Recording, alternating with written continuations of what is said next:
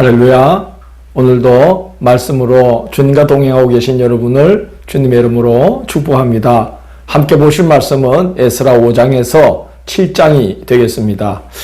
기도가 쌓이고 하나님의 때가 무르익자 때가 참에 이스라엘 백성들이 바벨론 포로 생활을 마치고 본토로 돌아오는 길이 열리게 되었는데 성전 건축이 이제 방해를 받자 하나님께서도 이번에는 때에 맞게 선지자들을 보내어서 역사를 이루시고 성전 건축을 마치자 또 때에 맞게 하나님께서 에스라를 보내어서 백성들을 하나님의 율법으로 가르치게 하는 그런 역사가 오늘 5장에서 7장 사이에 기록되어 있습니다.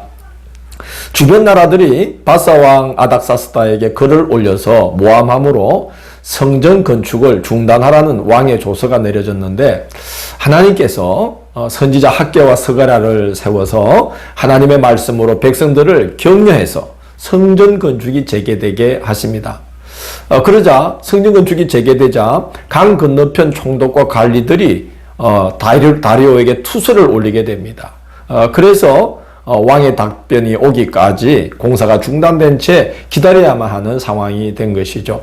여기서 강 건너편이라고 오늘 본문에 기록된 것은 바사 제국을 기준으로 했을 때 유브라데 강 건너 강의 서쪽에 있는 지역, 곧 가나안 일대를 포함해서 이제 지금의 레바논, 시리아 이 일대를 다 포함하는 지역을 가리키는 것입니다.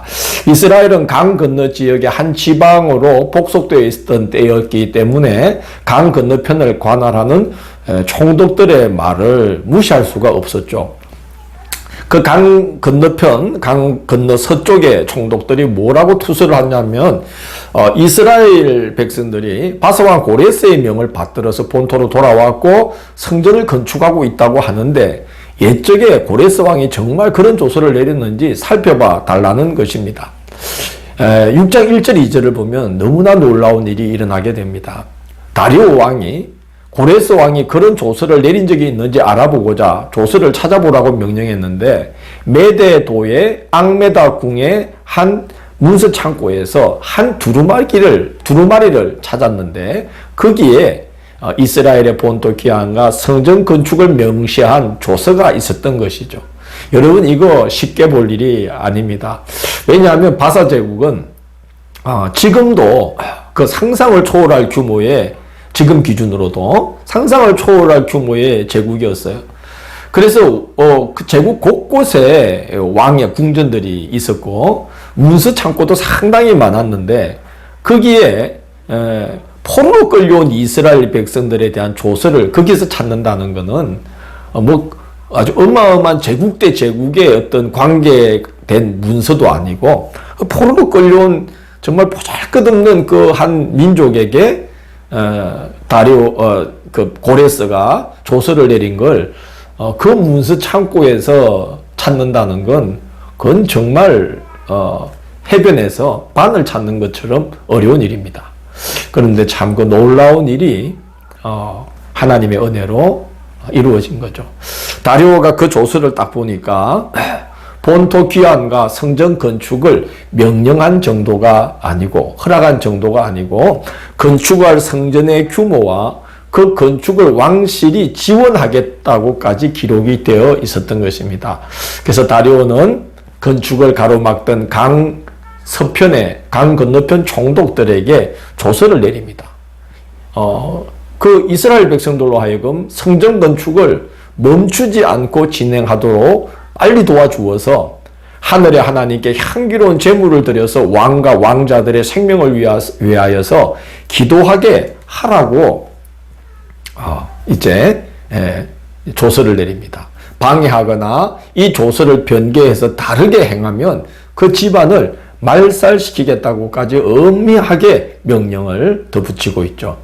강서편 총독들이 얼마나 놀랬겠습니까? 지금 자기들이 하는 일은 이 왕이 내린 조서와 정반대로 배치되는 일을 하고 있었던 거죠. 그래서 왕의 명령을 신속히 받아들여서 성전 건축이 신속하게 완공되게 됩니다.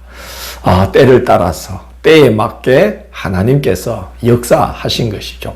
7장도 마찬가지로 때에 맞게 때에 따라 역사하시는 하나님의 은혜가 기록되어 있는데, 에스라가 2차 본토 귀환을 이끌면서 이제 본토로 돌아오는 내용입니다.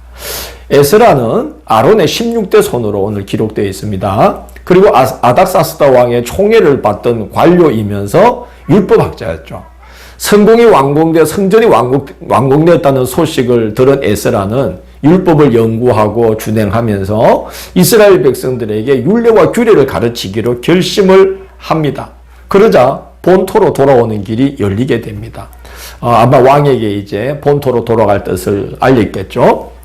왕이 조서를 내립니다. 누구든지 예루살렘으로 올라갈 뜻이 있는 자는 에스라와 함께 가도록 하고, 제국 내 모든 도에서 받은 은금과 예물을 가져다가 성전 제단 위에 드리고, 강 서편 모든 창고지기는 에스라가 구하는 것을 신속히 시행하라고 조서를 내립니다. 그리고 에스라에게 어떤 권한을 주냐 하면, 그 본토로 돌아갔을 때 그곳에서 법관과 재판관을 임명할 권한을 주고, 하나님의 명령과 왕의 명령을 준행하지 않는 자에게는 형을 집행할 권한까지 에스라에게 주어서 본토로 보냅니다. 그러니까 일종의 가나안 지역, 가나안 일대의 모든 권한을 부여받은 총독 역할로서 보내게 되는 것이죠. 성전이 완공되었고, 에스라가 그 성전에서 이제 백성들을 말씀으로 가르칠 뜻을 품고 기도하자 때에 맞게 하나님께서 길을 열어주신 겁니다. 그래서 그 완공된 성전에서 에스라가 백성들에게 율법을 가르치는 일이 이루어지도록 하나님께서 때에 맞게 때를 따라 역사하시는 것이죠. 하나님은 때에 맞게 때를 따라 이모저모 다양하게 역사하셔서 우리에게 향하신 당신의 뜻을 반드시 이루시는 분입니다. 그러므로 어떤 일이든지 초조하거나 다급해하거나 너무 걱정하지 마시고, 하나님을 향한 선한 뜻을 품고 기도하면 하나님은 우리에게 향하신 당신의 뜻을 여러 모습으로 때에 맞게 때를 따라 이루어 주시는 것입니다. 내일 6월 1일 화요일은 에스라 8장에서 10장을 보내신 뜻을 이루다라는 제목으로 살펴보도록 하겠습니다. 오늘도 함께해 주셔서 감사합니다. 하나님, 오늘도 저희가 하나님의 말씀 가운데 하나님께서 얼마나 정밀하게 역사하시는지, 정말 우리가 하나님 앞에 간절히 기도하면 주님께서 그 기도를 받으셔서 때에 맞게 때에 따라 모든 걸 적절하게 이루시는 하나님이심을 저희가 오늘 보게 됩니다. 저희들의 남은 생이 늘 그와 같이 주께 모든 걸 의탁하고 주님의 선하신 인도하심을 따라 감으로 말미암아 무슨 일이든지 우리에게 향하신 하나님의 뜻이 아름답고 능력 있게 이루어지는 걸 보면서 살아가도록 축복하여 주옵소서. 예수님 이름으로 기도드립니다. 아멘.